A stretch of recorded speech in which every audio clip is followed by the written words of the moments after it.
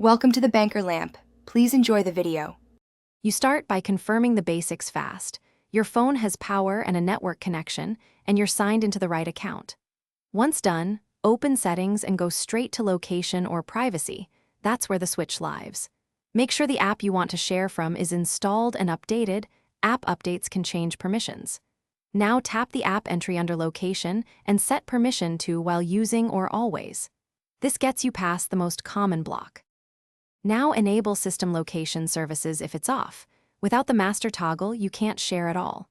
Once that's active, return to the specific app's permission and change it from denied to while using or always depending on the app need.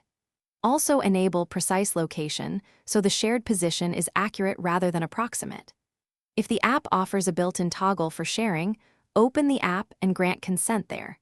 The app-level grant completes the chain for location sharing to work.